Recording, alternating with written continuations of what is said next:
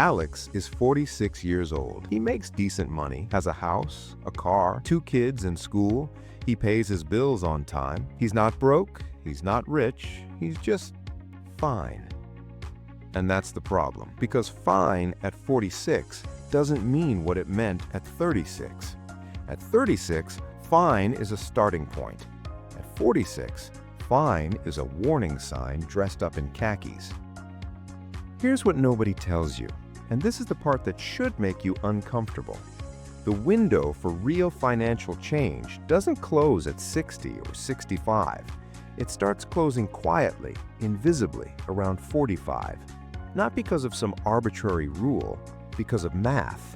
Cold, indifferent, completely unapologetic math. And by the time most people feel it closing, it already has. We talk about retirement like it's a destination you book in advance, like there's a flight leaving at 65 and as long as you show up with your bags, you're getting on. But that's not how compounding works. Compounding, the single most powerful force in personal finance, runs on one thing above everything else. Not discipline, not income, not even intelligence. Time. And here's where it gets uncomfortable. The math of compounding isn't linear, it's exponential, which means the last 20 years of saving matter far less than the first 20. The money you put in at 25 does roughly 4 times the work of money you put in at 45. Same dollar, different age, completely different outcome. Alex didn't know this at 25. Most people don't, and by the time they figure it out, they're standing exactly where Alex is standing right now. Stay with this, because the next part is where the comfortable story most people are telling themselves starts to fall apart. Let's run the actual numbers, not the ones from a motivational poster, the real ones. If you invest $500 a month starting at 25 and you get a 7% average annual return, which is historically reasonable for a diversified index portfolio, by 65 you have roughly $1.3 million. Now, same person, same $500 a month, same 7% return, but they start at 45 instead of 25. By 65, they have around $260,000.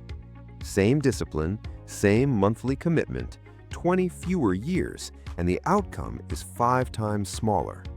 That gap, that $1 million gap, isn't created by bad decisions. It isn't created by laziness or ignorance or overspending on lattes. It's created purely by time, by the quiet passage of years that felt productive but weren't financially compounding.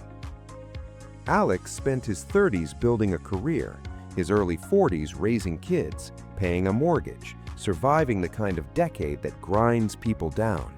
He wasn't irresponsible, he was just living. And living, it turns out, has an opportunity cost that nobody invoices you for until it's almost too late. Now, here's the mechanism most people miss. It's not just about what you save, it's about what your money earns on what it already earned. That's compounding.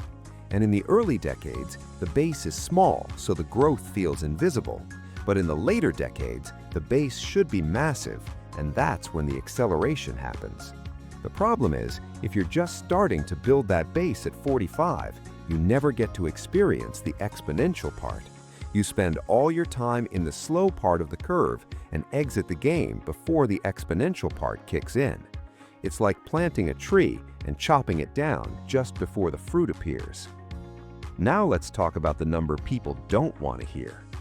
To retire with any reasonable degree of financial independence, not luxury, not excess, just not working because you have to, most financial planners point to a portfolio of around 25 times your annual expenses.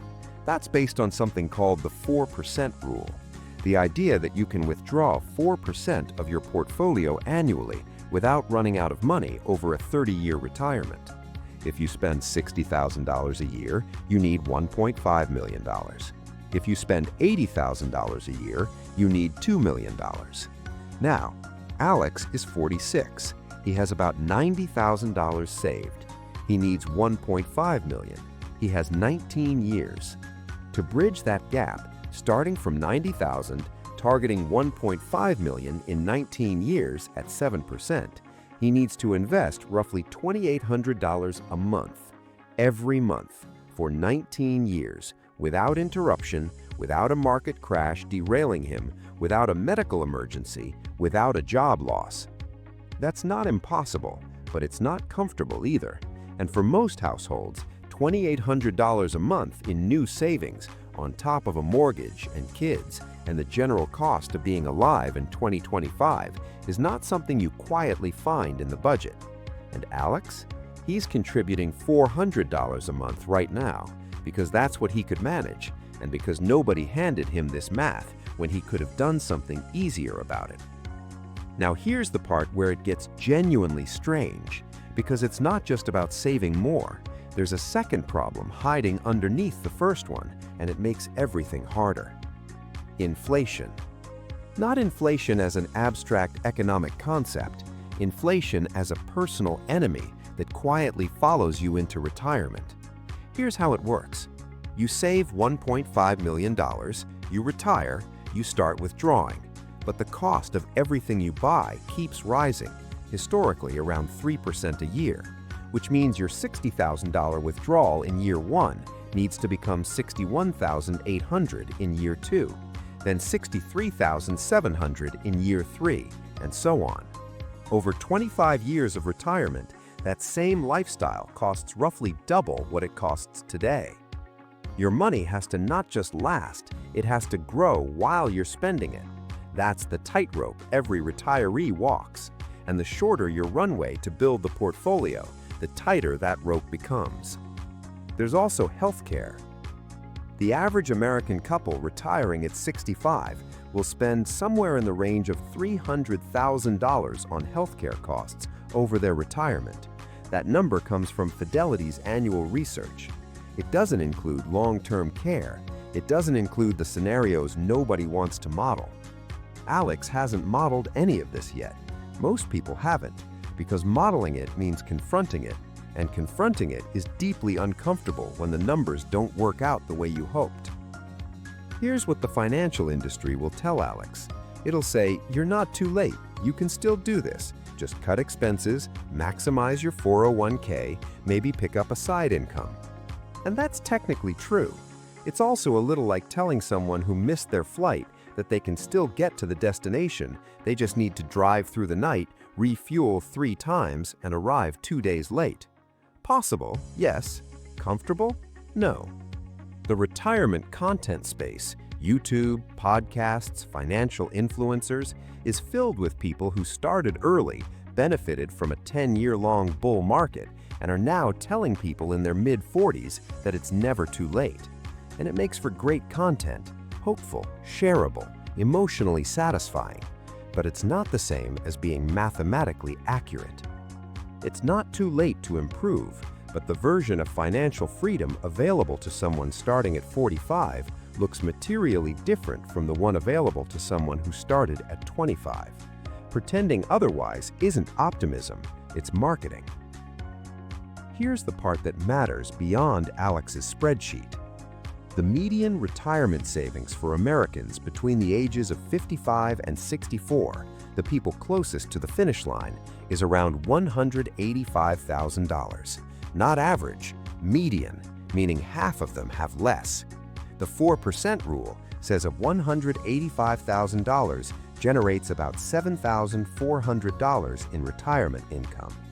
Social Security adds something, but the average Social Security benefit in 2025 sits around $1,900 a month, which is $22,800 a year. Add it all together, $30,200 a year for 2 or 3 decades of living. This isn't a fringe problem. This isn't a personal failure story. This is a structural reality playing out across millions of households simultaneously. The math doesn't care about effort or intention or how hard someone worked. It only cares about time and what was done with it. Alex knows this now. He's sitting with it, doing the uncomfortable arithmetic in his head. And here's the question he can't quite answer, and maybe you can't either. If the system was always this unforgiving and the math was always this clear, why did nobody show us this at 25? If this hit differently than you expected, drop a comment. Tell me where you are right now. 35, 45, 55? No judgment, just numbers. And if you know someone who needs to see this math before it's too late for them, share this video. That might be the most useful thing you do for them